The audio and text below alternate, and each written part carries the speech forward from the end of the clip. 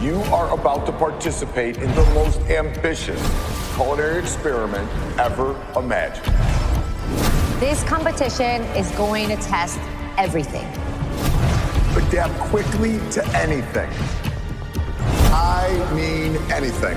The wildest day of your life starts right now. All new 24 and 24, Last Chef Standing. Sunday night at 8 on Food Network. Stream on Max. This is Optimal Relationships Daily, episode 2140, Conflict Resolution Strategies for Couples to Fight Better, by Eddie Corbano of lovesagame.com. Hello, everybody, and welcome back to another installment of ORD. I'm your host and narrator, Greg Audino, here with you each and every day to read from some of the best blogs around that cover relationship building.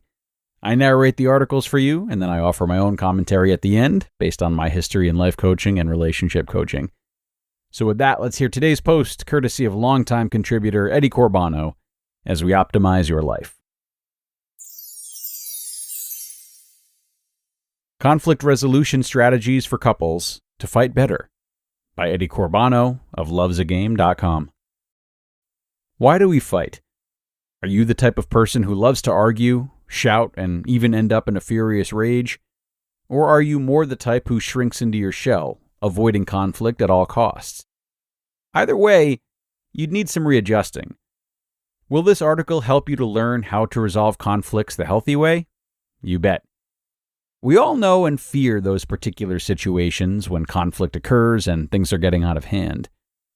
The mere word conflict invokes negative associations of fighting, arguing, withdrawal, fear, anger, hurt, and loneliness. On the other hand, relationship conflicts can open a path to mutual understanding and personal growth.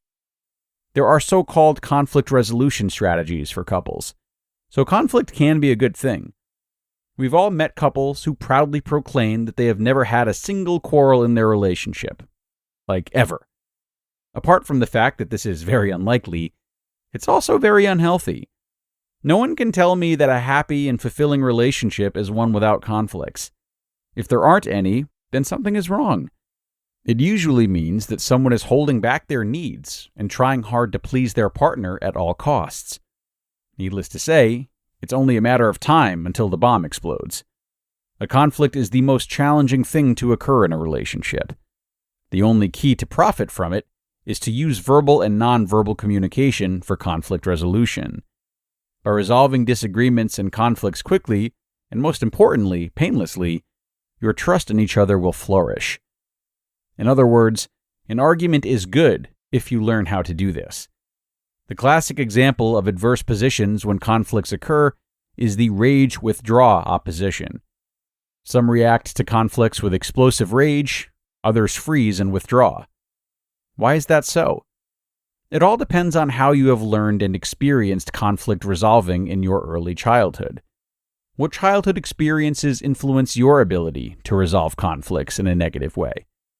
If you have lived in a family where anger and frustration were taken out on you, and you grew up with feeling angry and fearful of conflict, you will most likely numb your feelings and perhaps fail to recognize your longing for closeness and tenderness.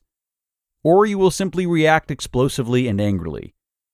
On the other hand, if you learned in your family to resolve differences without humiliation or punishing, and that disagreement led to compromises, then you will later resolve your conflicts in a calm and productive way.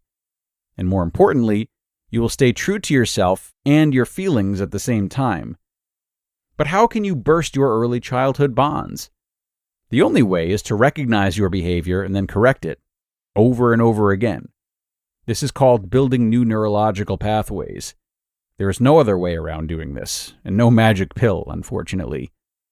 The first step is to identify your conflict behavior patterns. What do you do, and how do you react during those conflicts?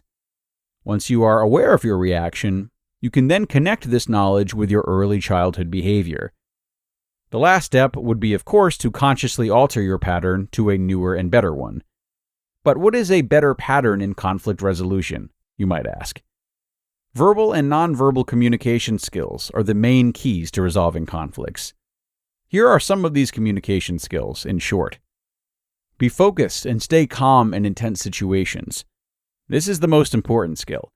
If you're able to stay calm and centered no matter how intense the conflict may be, then you can guarantee that the situation will not escalate.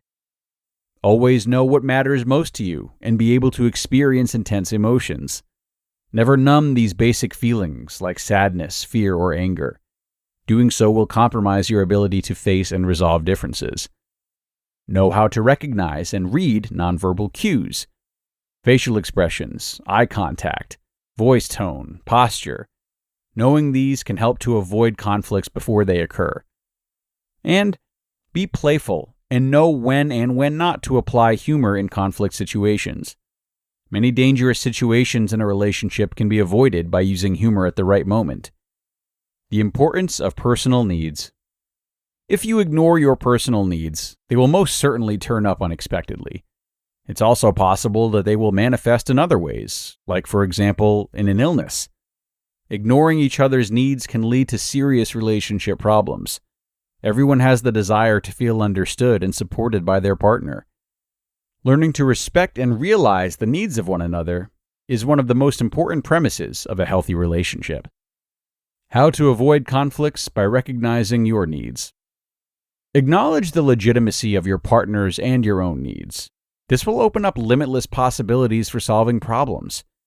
Identify your and your partner's needs correctly. Only then will you be able to work out a compromise that will content you both. Be aware that misunderstanding your partner's needs can endanger your relationship. Speak openly with one another about your needs. And more importantly, share your feelings about them. Never hold anything back. Eventually, it'll only come back to get you. And always try to work out a compromise. Know that it is impossible to resolve a situation without compromising if the needs are different. So learn to be a diplomat. Conclusion. Solving relationship conflicts and finding strategies is something that can be learned. If your childhood provided you with the proper mindset towards conflict, then great. If not, you have to learn it.